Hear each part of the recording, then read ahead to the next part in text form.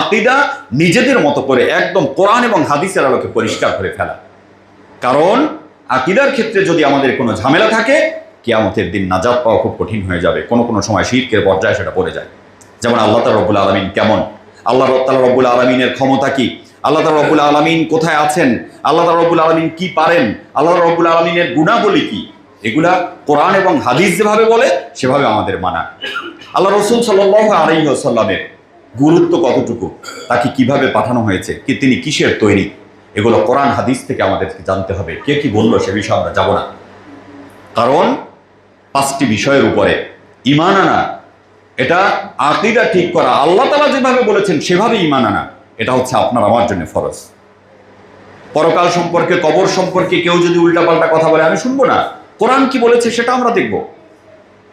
কিতাব সম্পর্কে আমরা কোরআন কি বলেছে, কিতাব কি বলেছে, আল্লাহ রাসূল